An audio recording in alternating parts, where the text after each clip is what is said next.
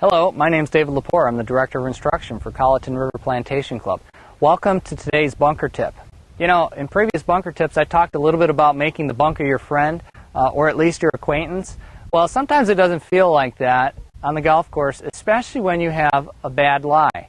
You could have a downhill lie sloping in this direction if the pin is over here, and you could have an uphill lie, and all of a sudden that nice flat lie bunker shot that you're kind of used to hitting maybe at the driving range doesn't work so well. So here's what I'm going to suggest with a downhill lie, which I personally think is one of the toughest shots in golf. With this downhill lie where there's a slope going in this direction and you need to go over in this direction, the problem with this is your shoulders do not have a tendency to go along the slope. So you have to manually get your shoulders to go along the slope. You do not want to be contrary to the slope, because then you're really going to be in trouble.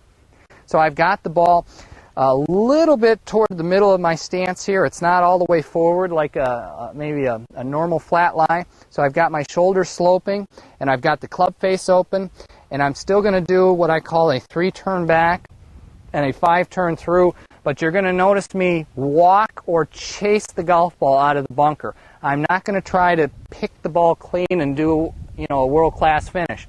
So as I get set up, I have the ball a little bit toward the middle of my stance, my shoulders are sloping, and I'm ready to go with my 3-turn back, 5-turn through. Okay? And it's okay to lose your weight in this direction. Now what if I had an uphill lie? As I move a little bit closer to this green, I've got a ball that is now on an upslope.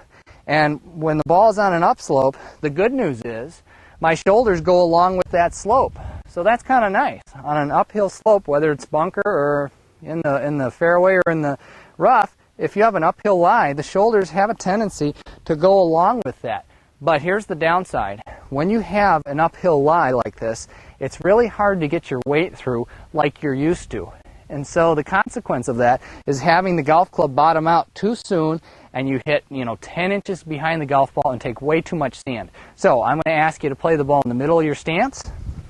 I'm going to ask you to make sure that you try to get your weight through and open up that club face and do your 3-turn back, 5-turn through. Now you might notice that I didn't get my weight all the way through, but at least I got the ball out of the bunker. So uphill lies are tricky. Try to play them back and get the weight through. The last lie that I'd like to talk about is the fried egg. And with this particular lie like that, I put the club or the ball down into the sand. We are not going to open up the club face anymore. We have to create a digging club. So I would ask you to square up the club face and play the ball in the middle of your stance.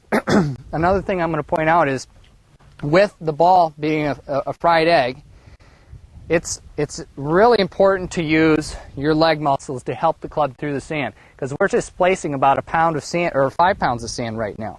So with a fried egg, I've got the ball in the middle, square club face, and I still do my 3-turn back, 5-turn through, getting the ball out of the bunker. With that fried egg, it's going to come out fast. So try to use a lob wedge if you can. One last thing I want to mention about the sand. Distance control is controlled by the club. So I use my lob wedge, my sand wedge, my pitching wedge, even my 9-iron to control my bunker shots. So if I have a 50-yard bunker shot, I'll take my 8-iron, I'll open it up, play the ball forward, and blast away. And there you go with a nice 40, 50-yard bunker shot. So good luck with those funky lies, and good luck with your distance control in the greenside bunker.